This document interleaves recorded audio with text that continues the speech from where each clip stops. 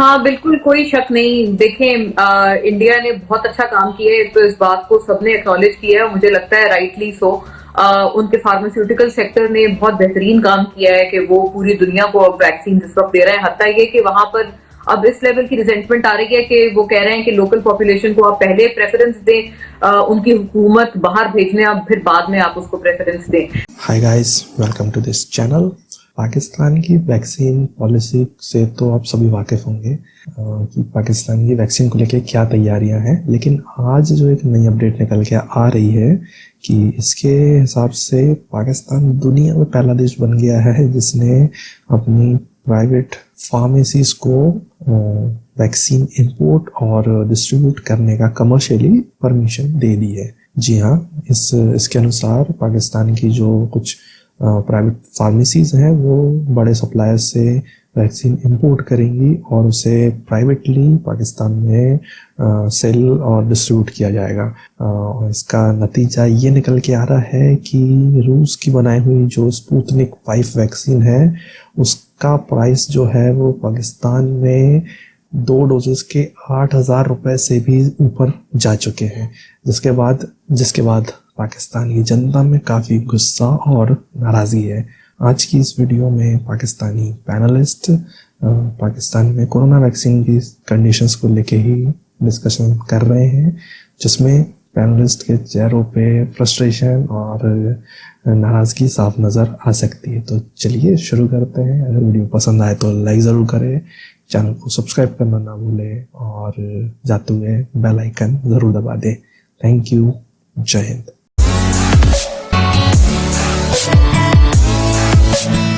तो हमने home grown scientist या हमने होम ग्रोन ऐसे एक्सपर्ट्स तो डेवलप ही नहीं किए जो वैक्सीन बनाना तो दूर की बात है, कम से कम उनका रोल आउट हमें प्लान करके दे सकें, या मैक्सिमम उसको किस तरीके से आपने यूज करना है in the case of pandemic हमें वो भी नहीं पता। आप इंडिया को देखें, 1996 में उन्होंने अपनी फर्स्ट बायोटेक कंपनी जो है वो बनाई थी, जो साहब आए थे यूनिवर्सिटी ऑफ साउथ कैरोलिना से पढ़ के उन्होंने वो बनाई है। और आज इंडिया तकरीबन 64 कंट्रीज को वैक्सीन प्रोवाइड कर रहा है। 3 मंथ्स बैक कोरोना जब फैला हुआ था, उन्होंने सारी दुनिया के डिप्लोमेट्स को इनवाइट किया, उनको वहां लेके गए वो, और उन्होंने दिखाया कि हमारी मैन्युफैक्चरिंग स्टैंडर्ड्स क्या हैं, और वो मुल्क सारे के सारे 64 कंट्रीज वो परचेज कर रहे हैं इंडिया से। तो हमने क्या किया है? हमने तो सिर्फ ये कहा है कि हमारा स्मार्ट लॉकडाउन बहुत जबरदस्त था, हमने तारीफ कर दी। वी आर लीस्ट बॉदर्ड कि प्रैक्टिकली ग्राउंड्स पे हम क्या कर रहे हैं। 10,000 डोजेज या 10 लाख डोजेज, इतनी सारी हमारी जो आबादी है उसको तो ऊंट के मुंह में जीरा कहना चाहिए।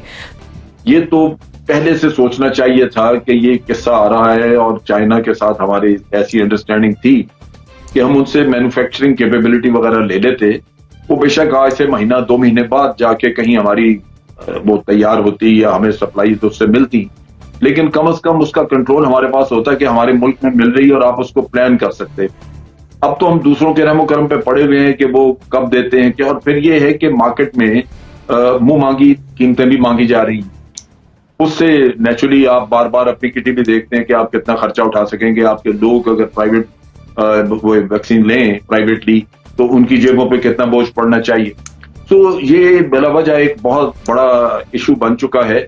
जब अलग बात है, लेकिन मैं हम लोग बहुत सादा लोग हैं जो बैठे हैं यहाँ पर, हर बात पे यकीन कर लेते हैं। हमने बहुत पहले बात की थी, गालिबन 1 साल पहले, ज़नारा को भी याद होगा, मुबश्शिर साहब को भी याद होगा, जनरल साहब को भी याद होगा, मोना शायद उस वक्त नहीं थी, कि हम हर्ड इम्यूनिटी पर तरफ जा रहे हैं। हमारी पॉलिसी बेसिकली हर्ड इम्यूनिटी थी कि खुद बीमार होंगे लथपथ बुखार में, खुद ठीक हो जाएंगे और खुद एंटीबॉडीज बन जाएंगी।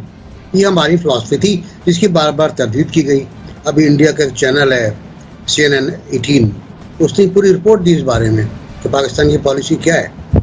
और क्योंकि जिस तरह हमने इंतज़ार किया खैराती वैक्सीन का, वो बहुत तकलीफ दे रहा हमारे लिए कि हमने ऑर्डर ही नहीं दिया। हमको ये ऑर्डर, चले इंडिया बहुत आगे हमसे वैक्सीन में भी, उनके यहाँ फैक्ट्रियाँ हैं, उनके यहाँ बहुत ज़बरदस्त लोग हैं उनके यहाँ। हम अगर पसमानदा थे तो हमें 1 साल पहले कम से कम ऑर्डर तो प्लेस कर देना चाहिए था। लोगों ने वैक्सीन का फार्मूला आने से पहले ऑर्डर दे दिया था, जिनको मिल गया है अच्छा, बाकी को साउथ एशिया में सार्क में इंडिया ने बांटा है और उसमें नेपाल इस पर टॉप पर है और पाकिस्तान बिल्कुल नीचे है। आपने बताया 1% और नेपाल 5.6 पर है।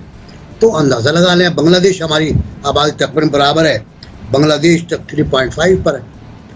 तो हम क्या कर रहे हैं, इंडिया वाले क्या कर रहे हैं, बांग्लादेश वाले क्या कर रहे हैं। तो मेरा अपना ज़ाती ख्याल ये है कि ये जिस तरह जून में हमें एक, फिक्र ना करें बिल्कुल, जून में 1 करोड़ 20 लाख टीके मिल जाएंगे हमको वर्ल्ड बैंक से एक खैराती प्रोग्राम के तहत। वो मिल जाएंगे हमको। 10 लाख हम खरीद रहे हैं। बाकी प्राइवेट कंपनियां ला रही थी तो जो 400 रुपए की थी, 400 पाकिस्तानी रुपए की, वो आप 8000 में बेच रहे थे हमको।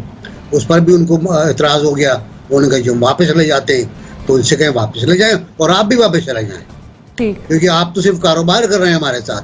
आपने कोई इनोवेशन नहीं की, कोई वैक्सीन तैयार नहीं की।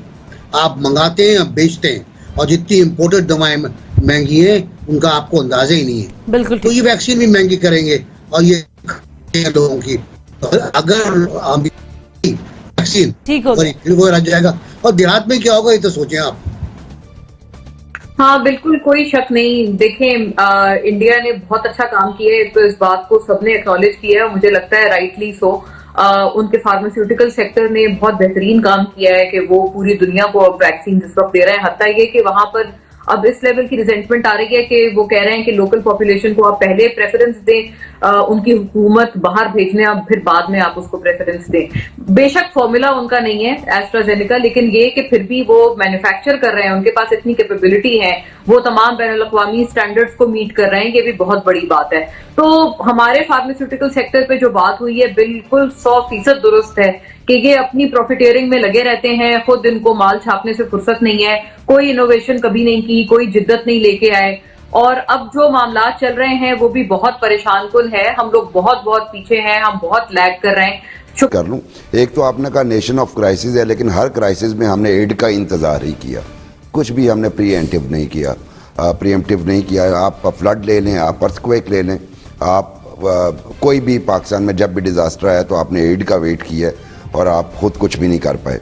अभी इस पैंडेमिक में भी यही हो रहा है, चूंकि कुछ दिन पहले जब मेरी बात हुई तो प्लान ये है जनाब कि WHO जो है वो डेवलपिंग कंट्रीज़ की टोटल पॉपुलेशन का उसने 20% डोजेज़ आपको देनी है आपकी, यानी 20% आबादी को WHO के खाते में डाल दिया गया।